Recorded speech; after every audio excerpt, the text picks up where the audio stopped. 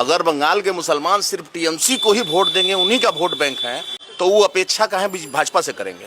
बंगाल में सनातन का जीत है। ये वोट केवल हिंदुओं का वोट है, इसमें एक भी कोई मुस्लिमों का नापाक वोट नहीं है। बिल्कुल सही कहा आपने, आपकी बात से मैं 100% सहमत हूँ। आपने कहा कि मुसलमान टीएमसी को वोट करता है तो भाजपा से वो अपेक्षा क्यों रखता है। बिल्कुल सही बात है, ये बात मैं भी मानता हूँ कि अगर कोई आपको कुछ नहीं दिया है तो उसका भी आपसे कुछ मांगने का अधिकार बिल्कुल नहीं होता। ये बात सही है, मैं आपके बात से सहमत हूँ, मैं आपके साथ हूँ। लेकिन मेरा सवाल आपसे है, बाकी जितने भी समर्थक है बीजेपी के या बीजेपी के जितने भी नेता है, उन सब से मेरा सवाल है कि आखिर मुसलमान आपको वोट क्यों नहीं देता। क्या आपने कभी सोचा है कि मुसलमान हमें वोट क्यों नहीं देता? अगर आप अपने आप से ये सवाल पूछें तो मुझे लगता है कि आपको जवाब ये निकल करके आएगा कि मुसलमान आपको वोट इसीलिए नहीं देता क्योंकि आप हिंदू मुस्लिम करके जनता को लड़ाते हैं। आप अपने आप को ये रिप्रेजेंट कर रहे होते हैं कि मैं एक हिंदू पार्टी हूँ, मैं एक हिंदू के लिए काम करता हूँ। ये आप लोगों के दिलो दिमाग में डाल रहे हैं। आप मुसलमानों के प्रति कहीं कुछ स्टैंड नहीं लेते हैं। आप मुसलमानों को आतंकवादी ठहराने में लगे हैं, आप मुसलमानों को गलत ठहराने में लगे हैं। तो मुसलमान आपको वोट क्यों करें? आपका नारा है कि सबका साथ सबका विकास। भाई अगर आप सबका साथ सबका विकास वाले नारे पे अगर आप कायम रहें तो आपको सबको साथ में लेकर चलना पड़ेगा। और दूसरी चीज, जब भी आप किसी स्टेट में चुनाव लड़ते हैं तो आपका जो कैंडिडेट है वो मुसलमान क्यों नहीं होता? आप मुसलमानों को एक भी सीट कहीं पे क्यों नहीं देते? अगर सबका साथ सबका विकास आपका नारा है तो आपको सबको मौका देना चाहिए ना। आप मुसलमानों को भी सीट दीजिए, आप मुसलमानों को भी चुनाव लड़ने का मौका दीजिए, मुसलमान आपको वोट देगा। भाई जो विपक्षी पार्टी है उससे मुसलमानों का कोई जाति संबंध नहीं है। वो हमारे फूफा मौसा के लड़के नहीं है कि हम उसको वोट करेंगे आपको नहीं करेंगे। आपसे हमारा कोई दुश्मनी नहीं है,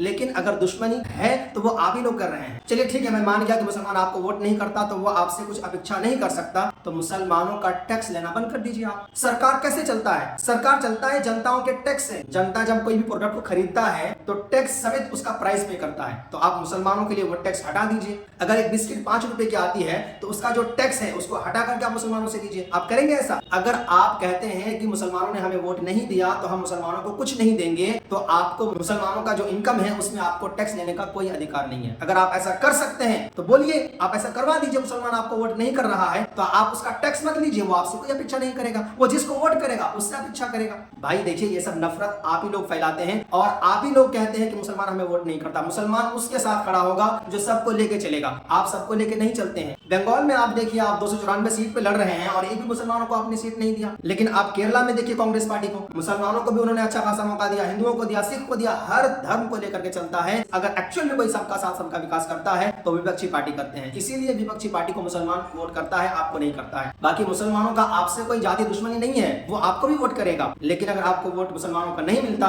तो इसके पीछे कारण यह है कि आप लोग खुद दंगा फैलाते हैं, आप लोग खुद नफरत फैलाते हैं। इन चीजों को बंद कीजिए, मुसलमान भी आपको वोट करेगा। लेकिन अगर आप ऐसा नहीं करते हैं तो आप मुसलमानों से टैक्स लेना छोड़ दीजिए, हम भी आपसे कोई अपेक्षा नहीं करेंगे। बाकी आप लोगों का क्या कहना है कमेंट बॉक्स में अपनी प्रतिक्रिया जरूर दीजिएगा और इस वीडियो को हर इंसान तक शेयर कीजिए ताकि जो लोग ऐसा सोच रखते हैं कि मुसलमान वोट नहीं करता तो मुसलमानों को हम कुछ नहीं देंगे, उसको इसका जवाब मिल सके। जय हिंद, जय भारत।